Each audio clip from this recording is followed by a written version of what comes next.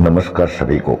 आप सभी का एक बार फिर से आपके अपने स्टडी मेंटर यूट्यूब चैनल पर हार्दिक स्वागत है। आज हम आपके सामने 25 जो इम्पोर्टेंट क्वेश्चन प्रस्तुत करने जा रहे हैं वो फिजिक्स सब्जेक्ट से संबंधित है।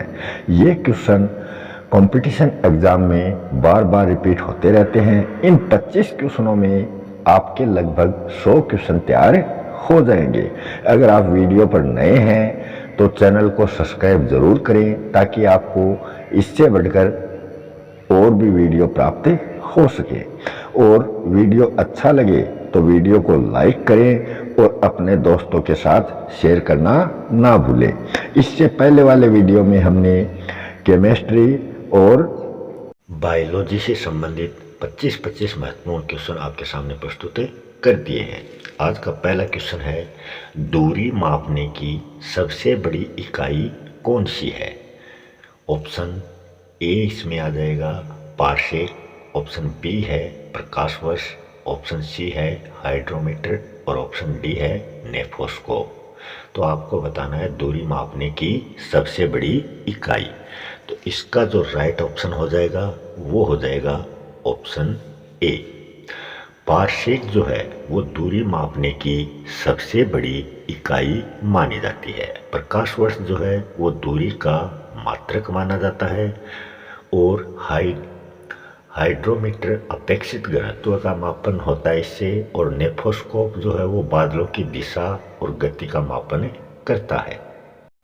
वीडियो अंत तक जरूर देखें और अंत में वीडियो को देखकर सुझाव दें कि आपको वीडियो कैसा लगा और चैनल को सब्सक्राइब करना ना भूलें। क्वेश्चन नंबर सेकंड आपके सामने स्क्रीन पर प्रस्तुत है। ताप का एसआई मात्रक है कि जो ताप है उसका एसआई मात्रक आपको बताना है। ऑप्शन ए है सेल्सियस, ऑप्शन बी है न्यूटन, ऑप्शन सी है डाइन और ऑप्शन डी है केल्विन। तो आपको इसका जो राइट ऑप्शन है वो आपको सोचना है और बताना है। अगर आपको इसका आंसर नहीं आएगा तो हम थोड़ी देर में इसका जवाब आपके सामने प्रस्तुत करेंगे। तो इसका जो राइट ऑप्शन हो जाएगा ताप का एसआई मात्रक वो हो जाएगा केल्विन। ऑप्शन ए सेल्सियस जो है ये ताप का सीजीएस मात्रक है। ऑप्शन बी न्यूटन जो है ये बल का एसआई मात्रक है और जो ऑप्शन सी डाइन है ये बल का सीजीएस मात्रक है।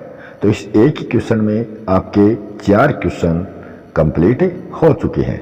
ये क्वेश्चन जो हैं ये सभी प्रकार की कंपटीशन एग्जाम के लिए बहुत ही लाभदायक हैं, इसलिए आप इसकी तैयारी करते रहें। अगला है क्वेश्चन नंबर 3।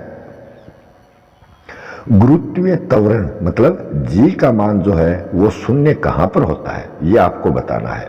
ऑप्शन ए ध्रुवों पर, ऑप्शन बी है भूमध्य रेखा पर, ऑप्शन सी है पृथ्वी के केंद्रों पर और ऑप्शन डी है वायु में। तो आपको गुरुत्वीय त्वरण जो जी का मान है वो शून्य कहां पर होगा ये आपको बताना है। आप इसका जवाब सोचें, हम इसका आंसर आपके सामने प्रस्तुत करने जा रहे हैं। तो इसका राइट ऑप्शन हो जाएगा ऑप्शन सी, पृथ्वी के केंद्रों पर गुरुत्वीय त्वरण का मान शून्य होता है। ध्रुवों पर और भूमध्य रेखा पर, ध्रुवों पर तो अधिकतम होता है जी का मान और भूमध्य रेखा पर न्यूनतम होता है। और वायु में क्या है, एक वस्तु का भार सबसे अधिक जो होता है वो वायु में हमें देखने को मिलता है। गुरुत्वीय त्वरण का मान बराबर होता है 9.8 मीटर प्रति सेकेंड वर्ग स्क्वायर। अगला है question number 3। Question number 4, radio धर्मिता का आविष्कार किसने किया था ये आपको बताना है कि जो रेडियो धर्मिता है उसका आविष्कार करने वाले कौन है। Option A Henri Becquerel, option B Galileo, option C Newton और ऑप्शन डी रोमर। तो आपको इसका राइट आंसर बताना है।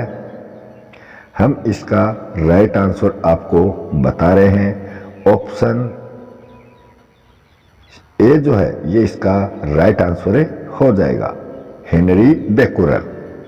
ऑप्शन बी गैलीलियो किससे संबंधित है, तो ये जड़त्व के नियम के प्रतिपादक माने जाते हैं। न्यूटन जो है इन्होंने गुरुत्वाकर्षण के सार्वत्रिक नियम का प्रतिपादन किया था। फिर रोमर कौन है ऑप्शन डी वाले, इन्होंने सर्वप्रथम प्रकाश की चाल का ज्ञान सबको दिया था। तो ये इस ऑप्शन से संबंधित आंसर है। अगला है क्वेश्चन नंबर 5, यदि वस्तु की चाल को हम दुगुनी कर दें तो उसकी जो गतिज ऊर्जा है, गतिज ऊर्जा काइनेटिक एनर्जी जो है वो कितनी हो जाएगी, 1/4 या फिर घट जाएगी या फिर बढ़ जाएगी या फिर वो 4 गुनी हो जाएगी। तो एक वस्तु की चाल अगर हम डबल कर दें तो गतिज ऊर्जा पर क्या प्रभाव पड़ेगा ये आपको बताना है। तो इसका जो राइट आंसर है वो हो जाएगा उसकी गतिज चाल 4 गुनी हो जाएगी। 1/4 क्या है, ये वस्तु की चाल आधी करने पर होता है और घटेगी क्या, दाब बढ़ने पर बर्फ का जो गलनांक है वो हमेशा घटता है।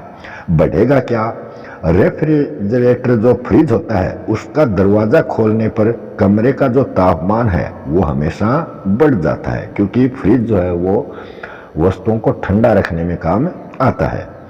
फिर हम बात करें, अगर आपको वीडियो अच्छा लग रहा है तो आप इस चैनल को सब्सक्राइब जरूर करें और बेल आइकन को भी प्रेस कर दें ताकि आपको और अधिक वीडियो के नोटिफिकेशन प्राप्त हो सके। अगला क्वेश्चन है क्वेश्चन नंबर 6, इसमें है दूध से मक्खन निकालने की जो मशीन है वो किस सिद्धांत पर कार्य करती है। आपने देखा होगा घरों में जो दूध से मक्खन निकालते हैं तो वो मशीन चलाते हैं, वो किस सिद्धांत पर कार्य करेगी। ऑप्शन ए है आप केंद्रीय बल के सिद्धांत पर, ऑप्शन बी है पूर्ण आंतरिक परावर्तन के सिद्धांत पर, ऑप्शन सी है केशिकत्व क्रिया पर, ऑप्शन डी है अवतल लेंस की भांति। तो इसका ऑप्शन ए राइट हो जाएगा। ऑप्शन बी जो है ये मृग मरीचिका बनाने से संबंधित है। ऑप्शन सी जो है ये लालटेन की बत्ती से तेल ऊपर चढ़ाने की क्रिया है। और ऑप्शन डी वाला जो है ये पानी में हवा के बुलबुले द्वारा कार्य इसके द्वारा होता है। तो ये क्वेश्चन नंबर 6 के जो सभी ऑप्शन हैं उससे संबंधित यहाँ आपके सामने महत्वपूर्ण बिंदु प्रस्तुत किए गए हैं। अब देखते हैं क्वेश्चन नंबर 7। क्वेश्चन नंबर 7 है पानी भरे गिलास में बर्फ का जो टुकड़ा होता है वो पिघलने पर पानी के स्तर में क्या प्रभाव पड़ेगा। एक पानी का गिलास लो और उसमें एक बर्फ का टुकड़ा डालो, फिर उस पानी का प्रभाव देखो क्या पड़ेगा। या तो पानी का स्तर बढ़ेगा या फिर घटेगा, या हम कुछ कह नहीं सकते, या फिर उसमें किसी प्रकार का कोई परिवर्तन नहीं होगा। तो क्या होगा इसमें, आप इसको बताने का प्रयास करें। अगर हम पत्थर डालेंगे तब तो वो हमेशा बढ़ेगा, मगर इसमें क्या होगा, वो उसमें किसी प्रकार का कोई चेंज नहीं होगा। ऑप्शन ए जो है बढ़ेगा, ये दूध से क्रीम को अलग करने पर दूध का जो घनत्व है वो हमेशा बढ़ता है। घटेगा क्या, पृथ्वी के तल से हम ऊपर चले जाए या नीचे चले जाए तो गुरुत्वीय त्वरण का मान हमेशा घटेगा। समुद्र की दूरी नॉटिकल मील में और गहराई फैदम में मापी जाती है। अगला क्वेश्चन है क्वेश्चन नंबर 8। निम्नलिखित में से आपको अदिश राशियां कौन सी नहीं है वो आपको बतानी है। यहाँ सदिश राशियां दी, एक ऑप्शन में सदिश राशियां हैं, बाकी सभी में अदिश राशियां, वो आपको बताना है। ऑप्शन ए है आयतन एवं क्षेत्रफल, ऑप्शन बी है कार्य एवं ऊर्जा, ऑप्शन सी है भार एवं बल, ऑप्शन डी है लंबाई एवं दूरी। तो यहाँ आपको सदिश राशियों वाला ऑप्शन बताना है। तो कौन से ऑप्शन में सदिश राशियां हैं, तो ऑप्शन सी भार एवं बल जो है ये सदिश राशियां हैं। और कौन सी हैं सदिश राशियां, त्वरण, वेग, संवेग, विस्थापन, ये सभी क्या है सदिश राशियां हैं। और बाकी के जो तीनों ऑप्शन हैं ए, बी और डी वो अदिश राशियों से संबंधित है। तो ये एक क्वेश्चन आपके सामने यहाँ बहुत ही इंपॉर्टेंट प्रस्तुत किया गया था। क्वेश्चन नंबर 9 है चांद पर किसी पिंड का भार जो है वो पृथ्वी पर उसके भार का कितना हो जाएगा। हम चंद्रमा पर जाते हैं तो हमारा पृथ्वी पर जो भार है वो चंद्रमा पर कितना हो जाएगा, ये आपको बताना है। 1/81 गुणा या 1/10 गुना, या फिर 1/6 गुना, या फिर ऋणात्मक। तो इसमें उसका भार जो है वो 1/6 गुना हो जाएगा, मतलब 6 गुना वो कम हो जाएगा। ए ऑप्शन 1/21 सी क्या है? ये पृथ्वी की अपेक्षा चंद्रमा का जो द्रव्यमान है वो 1/81 है। और 1/10 क्या है? ये कान पर ध्वनि का प्रभाव जो है ये 1/10 सेकेंड रहता है। ऋणात्मक क्या हो जाएगा? हम कोई गेंद ऊपर फेंके जाने वाली जो चीज है, गेंद है, उसका त्वरण जो है वो ऋणात्मक होता है। अगला क्वेश्चन है क्वेश्चन नंबर 10। एक पारसेक बराबर होता है, तो किसके बराबर होता है वो? एक पारसेक 10 की पावर 7 अर्ग, 10 की पावर 5 डाइन, 746 वोट, या फिर 3 गुणा 10 की पावर 16 मीटर। तो आपको एक पारसेक बताना है वो किसके बराबर होगा, किसके इक्वल वो होता है। तो ऑप्शन डी इसका राइट आंसर हो जाएगा। इसको हम 3.26 प्रकाश वर्ष के रूप में भी लिख सकते हैं। ऑप्शन ए है ये 1 जूल के बराबर है, 10 की पावर 7 अर्ग। और ऑप्शन बी 1 न्यूटन बराबर है 10 की पावर 5 डाइन। और 1 अश्व शक्ति बराबर होता है 746 वॉट। Option C. अब हम देखते हैं क्वेश्चन नंबर 11। क्वेश्चन नंबर 11 में पूछा गया है कि सूर्य के प्रकाश में जो प्रकीर्ण है वो सबसे अधिक किसमें होता है? तो ये आपको बताना है। इसका राइट आंसर तो ऑप्शन डी हो जाएगा, बैंगनी रंग में। और न्यूनतम जो तरंगदैर्घ्य है वो भी बैंगनी रंग में होती है। तरंगदैर्घ्य क्या होता है? ध्वनि होती है। और लाल रंग जो है ये अपवर्तनांक सबसे कम इसमें होता है और सर्वाधिक तरंगदैर्घ्य इसमें होती है। फिर हम देखते हैं क्वेश्चन नंबर 12 है। क्वेश्चन नंबर 12 में है रॉकेट का पलायन जो है वो आधारित होता है, किस पर होता है रॉकेट का पलायन? नाभिकीय विखंडन पर, नाभिकीय संलयन पर, न्यूटन के तृतीय गति नियम पर, या फिर पास्कल के नियम पर। तो ये आपको बताना है रॉकेट का पलायन वेग। तो इसका जो राइट आंसर है वो हो जाएगा ऑप्शन सी। ऑप्शन ए जो है ये परमाणु बम इस पर आधारित होता है। ऑप्शन बी जो है ये नाभिकीय संलयन हाइड्रोजन बम पर आधारित होता है। और ऑप्शन डी पास्कल का जो नियम है ये हाइड्रोलिक ब्रेक पर आधारित होता है। तो ये हो गया क्वेश्चन नंबर 12 के जो ऑप्शन है उससे संबंधित महत्वपूर्ण तथ्य। अब हम देखते हैं क्वेश्चन नंबर 13। क्वेश्चन नंबर 13 आपके सामने स्क्रीन पर प्रस्तुत है। बादल जो हैं वो वायुमंडल में तैरते हैं, किस कारण से वो तैरते हैं? तो ये क्वेश्चन रिपीट हो चुका है, पहले भी हमने इसका जवाब आपको बताया था, तो आपको इसका जवाब बताना है। व्यतिकरण के कारण, पृष्ठ तनाव के कारण, कम घनत्व के कारण, या फिर वायु के कारण। तो आपको इसका राइट आंसर बताना है। शायद इस क्वेश्चन की चर्चा हमने पहले भी कर ली है। तो इसका जो राइट आंसर हो जाएगा वो हो जाएगा कम घनत्व के कारण।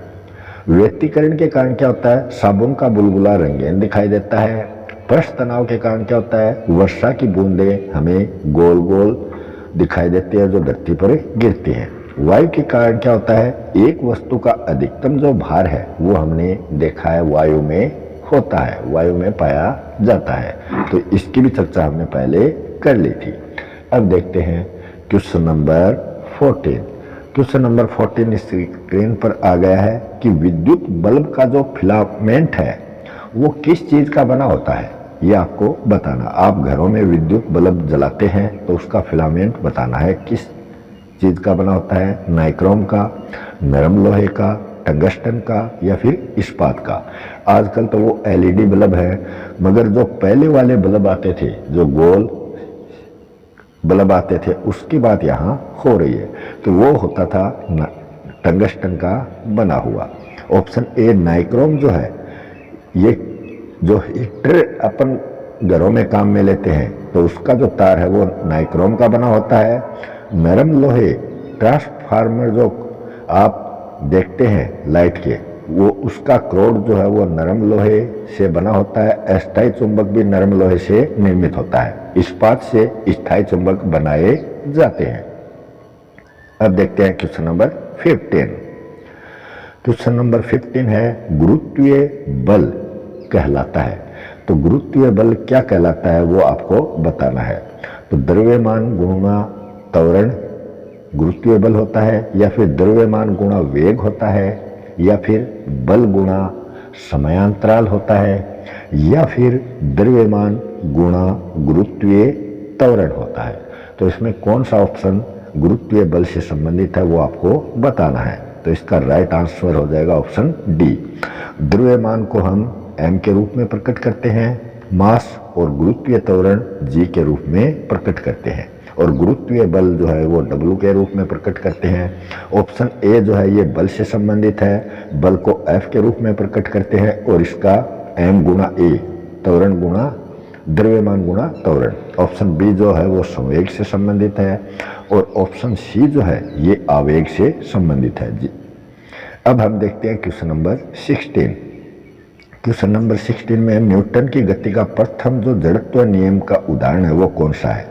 तो इसका कौन सा ऑप्शन राइट हो जाएगा, वो हो जाएगा ऑप्शन ए, बस के अचानक रुकने से यात्री का आगे की ओर झुकना। ऑप्शन बी जो है खिलाड़ी द्वारा बॉल को कैच करने के लिए अपने हाथों को पीछे ले जाना, ये न्यूटन की गति का दूसरे नियम का उदाहरण है। कुएं से पानी खींचते समय रस्सी के टूटने से हम पीछे की ओर गिर जाते हैं, ये न्यूटन की गति का तीसरा नियम है। और चक्री के झूले में बैठे व्यक्ति को बार की ओर धक्का लगता है, तो वो अपकेंद्रीय बल का उदाहरण है। तो ये बहुत ही इंपॉर्टेंट क्वेश्चन है। अब हम देखते हैं क्वेश्चन नंबर 17। क्वेश्चन नंबर 17 है वस्तु को ऊपर उठाकर गुरुत्व बल के विरुद्ध कार्य करना क्या कहलाता है। कि किसी वस्तु को हम ऊपर उठाएंगे और गुरुत्व बल के विरुद्ध हम उस पर कार्य करेंगे, तो वो गतिज ऊर्जा, या फिर रासायनिक ऊर्जा, या फिर गुरुत्वीय स्थितिज ऊर्जा, या फिर प्रत्यास्थ स्थितिज ऊर्जा, इनमें से क्या कहलाएगा।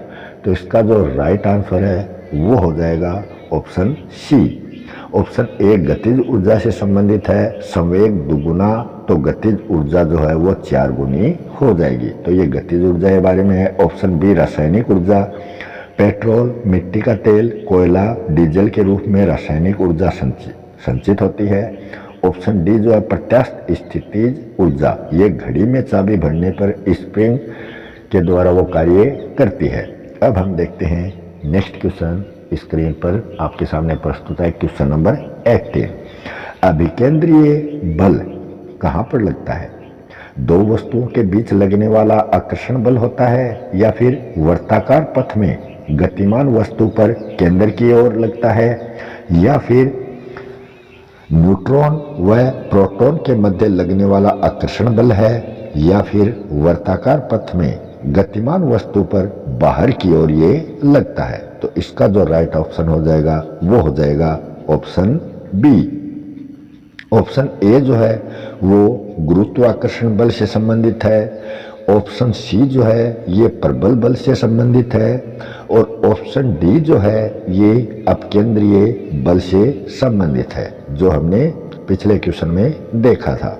अगर आपको क्वेश्चन पसंद आ रहे हैं तो चैनल को सब्सक्राइब करना ना भूलें, और प्लेलिस्ट में आपको एक से बढ़कर एक जीके से संबंधित क्वेश्चन भी प्राप्त हो जाएंगे। अब देखते हैं, अगर आपको चैनल पसंद आया तो चैनल को सब्सक्राइब करें और इसे शेयर करना ना भूलें, और वीडियो को लाइक भी जरूर करें। अब हम प्रस्तुत कर रहे हैं question number 19।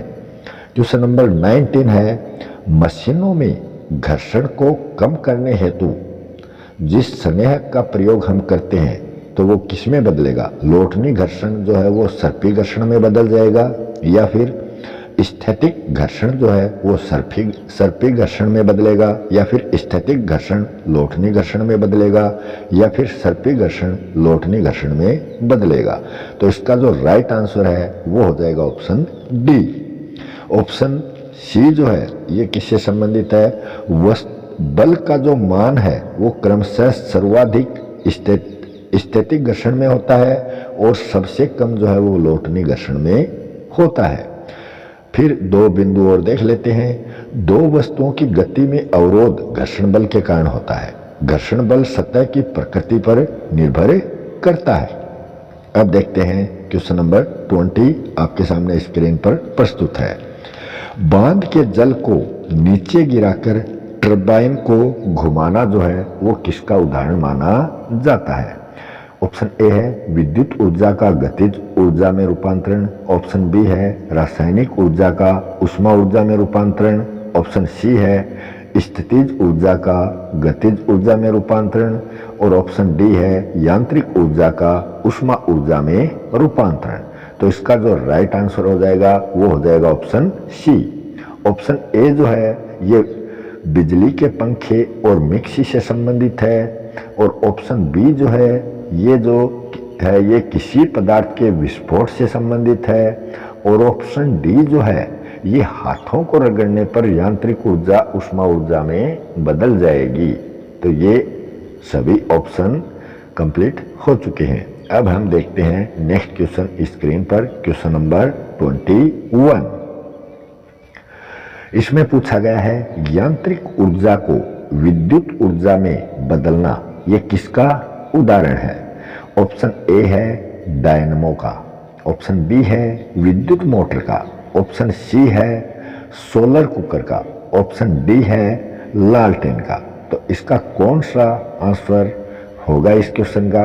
Option A B C D इनमें से आपको एक बताना है। तो ऑप्शन ए इसका राइट आंसर हो जाएगा। ऑप्शन बी विद्युत मोटर क्या होती है? विद्युत को यांत्रिक ऊर्जा में बदलती है। सोलर कुकर प्रकाश ऊर्जा को ऊष्मा ऊर्जा में बदलता है। लालटेन जो है ये रासायनिक ऊर्जा को प्रकाश ऊर्जा में और उसी के साथ ऊष्मा ऊर्जा में बदलने का कार्य करती है। तो यह आपने इनके प्रयोग हमेशा देखे होंगे। अब हम आपके सामने क्वेश्चन नंबर 22 प्रस्तुत करने जा रहे हैं। क्वेश्चन नंबर 22 स्क्रीन पर है कि वास्तविक एवं उल्टा प्रतिबिंब कहाँ पर बनता है, ये आपको बताना है। ऑप्शन ए है अवतल दर्पण पर। ऑप्शन बी है उत्तल दर्पण पर। ऑप्शन सी है आंख के रेटिना पर। ऑप्शन डी है उत्तल व अवतल लेंस पर। तो इसका राइट आंसर क्या होगा ये आप सोचें और बताने का प्रयास करें। तो इसका जो राइट आंसर है वो हो जाएगा ऑप्शन सी, आंख के रेटिना पर जो प्रतिबिंब बनेगा वो हमेशा वास्तविक और उल्टा बनेगा। अवतल दर्पण का प्रयोग दंत चिकित्सक जो है वो टिथ वाले डॉक्टर हैं वो अवतल दर्पण का प्रयोग करते हैं। उत्तल दर्पण का प्रयोग आपने देखा होगा गाड़ी के साइड का जो शीशा होता है उसमें पीछे की गाड़ियों को देखने के लिए इसका प्रयोग किया जाता है। उत्तल व अवतल लेंस ये दीर्घ दृष्टि दोष और निकट दृष्टि दोष के लिए काम में लिए जाते हैं। क्वेश्चन नंबर 23 है ध्वनि की चाल जो है वो सर्वाधिक कहाँ पर होती है, ये आपको बताना है। गैसों में होगी या फिर ठोसों में होगी या फिर कोबाल्ट 60 में ये तेज होती है या फिर प्रतिध्वनि में इसकी चाल सर्वाधिक होती है, ये आपको बताना है। तो इसका जो राइट आंसर है वो हो जाएगा ध्वनि की जो चाल है वो सर्वाधिक होती है ठोसों में। ऑप्शन बी इसका राइट आंसर हो जाएगा। और ध्वनि की चाल सबसे कम होती है वो होती है गैसों में। कोबाल्ट 60 जो है ये कैंसर इलाज में प्रयुक्त होता है। और प्रतिध्वनि जो है प्रतिध्वनि का कारण जो है वो ध्वनि तरंगों का परावर्तन होता है। तो ये हो गए क्वेश्चन नंबर 23 से संबंधित महत्वपूर्ण बिंदु। अब हम क्वेश्चन नंबर 24 आपके सामने स्क्रीन पर प्रस्तुत करने जा रहे हैं। तो ये है क्वेश्चन नंबर 24। चंद्रमा के लिए पलायन वेग का मान क्या होता है? ऑप्शन ए 740 किलोमीटर प्रति घंटा। ऑप्शन बी 760 मील प्रति घंटा। ऑप्शन सी 2.37 किलोमीटर प्रति सेकेंड। ऑप्शन डी 11.2 किलोमीटर प्रति सेकेंड। तो इसका कौन सा ऑप्शन राइट होगा ये आपको बताना है। तो चंद्रमा के लिए पलायन वेग का जो मान होता है वो होता है 2.37 किलोमीटर प्रति सेकेंड। ऑप्शन ए जो है ये एक अश्व शक्ति का वाट 740 वाट होता है। और ऑप्शन बी जो है वो ध्वनि की चाल 760 मील प्रति घंटा या फिर 332 मीटर प्रति सेकेंड होती है। 11.2 किलोमीटर प्रति सेकेंड क्या होता है, ये पृथ्वी के लिए प्लाइन वेग माना जाता है। तो ये क्वेश्चन भी आपके लिए बहुत ही इम्पोर्टेंट है। आज का अंतिम क्वेश्चन है क्वेश्चन नंबर 25। परमाणु बम जो है वो किस सिद्धांत पर आधारित है। ये क्वेश्चन भी हमने पहले देख लिया था, शायद ये क्वेश्चन किसी का गलत नहीं होगा। ऑप्शन 1 है नाभिकीय संलयन पर, ऑप्शन बी है नाभिकीय रिएक्टर पर, ऑप्शन सी है यूरेनियम डेंटिंग पर और ऑप्शन डी है नाभिकीय विखंडन पर। तो ये आंसर आपका गलत नहीं होना चाहिए। तो इसका जो राइट आंसर है वो हो जाएगा ऑप्शन डी। ऑप्शन ए जो है हाइड्रोजन बम नाभिकीय संलयन पर आधारित है। ऑप्शन बी नाभिकीय रिएक्टर अभिक्रिया नियंत्रण हेतु कैडमियम या फिर बोरोन की छड़ इसमें प्रयुक्त होती है। यूरेनियम डेंटिंग विधि से प्राचीन चट्टानों की आयु ज्ञात की जाती है। तो इसी के साथ ये सभी क्वेश्चन यहाँ कंप्लीट हो चुके हैं। अगर आपको वीडियो पसंद आ रहा है तो एक बार आपसे पुनः विनती है, चैनल को सब्सक्राइब जरूर करें। मिलते हैं नेक्स्ट वीडियो में एक नए टॉपिक के साथ। तब तक के लिए जय हिंद, जय भारत।